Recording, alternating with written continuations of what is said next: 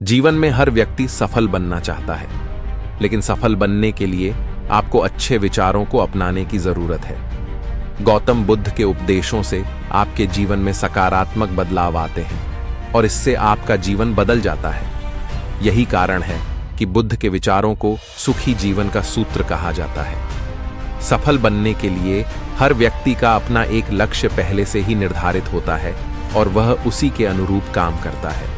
लेकिन कई बार ऐसा होता है कि आप जो बनना चाहते हैं वैसा नहीं बन पाते हैं। कुछ लोग इसे लेकर यह मान लेते हैं कि शायद उनकी किस्मत में ही यही लिखा होगा, तो वहीं कुछ लोग अपनी किस्मत को खराब कहने लगते हैं और कुछ लोग यह मानकर संतुष्ट हो जाते हैं कि शायद वह इसे डिजर्व ही नहीं करते थे। लेकिन इसका असली कारण कुछ और ही होता है। गौतम बुद्ध की इस कहानी से जानते हैं इसका कारण।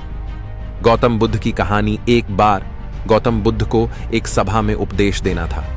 सभा में करीब 100 से ज्यादा लोग उपस्थित थे और उनका इंतजार कर रहे थे। गौतम बुद्ध आए लेकिन बिना कुछ कहे ही चले गए। बुद्ध का ऐसा व्यवहार देख सभी हैरान रह गए, लेकिन किसी ने उनसे कुछ कहा नहीं।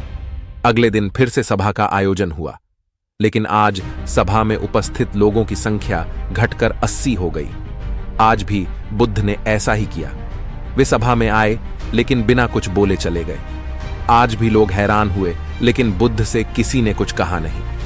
अगले दिन फिर से सभा का आयोजन हुआ और लोगों की संख्या घटकर 50 हो गई। बुद्ध फिर से सभा में आए और बिना कुछ बोले ही चले गए। आज भी बुद्ध से किसी ने कोई प्रश्न नहीं किया। अगले दिन फिर से सभा का आयोजन हुआ और इस बार लोगों की संख्या केवल 30 थी। आज भी बुद्ध बिना कुछ बोले मुस्कुराकर चले गए। आप कहानी को पढ़ते हुए इरिटेट हो गए होंगे और सोच रहे होंगे कि आखिर बुद्ध को कुछ बोलना नहीं तो बार बार सभा का आयोजन क्यों हो रहा है। ठीक इसी तरह सभा में मौजूद लोगों को भी गुस्सा आ रहा था, लेकिन इसका जवाब जानने के लिए आपको धैर्य रखना होगा। अगले दिन फिर से सभा का आयोजन और आज सभा में केवल 15 लोग ही उपस्थित रहे, लेकिन आज गौतम बुद्ध ने अपना स्थान ग्रहण कर लिया और उपदेश देने के लिए बैठ गए। बुद्ध ने जिन 15 लोगों को उपदेश दिए वे उनके भिक्षु बन गए और इन लोगों ने आगे चलकर बुद्ध के ज्ञान को अलग अलग दिशाओं में फैलाया। एक बार इन लोगों ने बुद्ध से प्रश्न किया कि सभा का आयोजन होने के बावजूद भी आप क्यों कई दिनों तक बिना बोले ही चले जाते थे।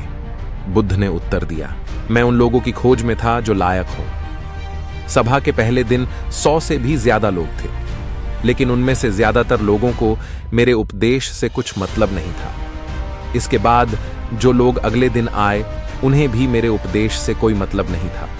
वो तो केवल इसलिए आए थे क्योंकि वो देखना चाहते थे कि आखिर सभा में होता क्या है, लेकिन मुझे ऐसे लोगों की तलाश थी जो मेरे ज्ञान को जन जन तक पहुंचाए। मैं कई दिनों तक इसलिए बिना बोले चला गया क्योंकि मैं ये देखना चाहता था कि आखिर वो कौन लोग हैं तो सच में मेरे उपदेश को सुनना चाहते हैं और जिन्हें वास्तव में ज्ञान पाने की प्यास थी।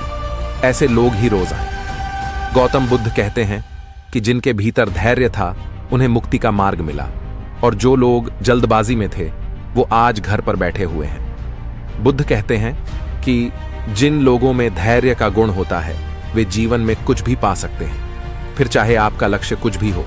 बिना धैर्य के कोई भी सफलता के लक्ष्य तक नहीं पहुंच सकता। धैर्य को कैसे बढ़ाएं? आज भागदौड़ भरी जिंदगी में लोगों में धैर्य नहीं है।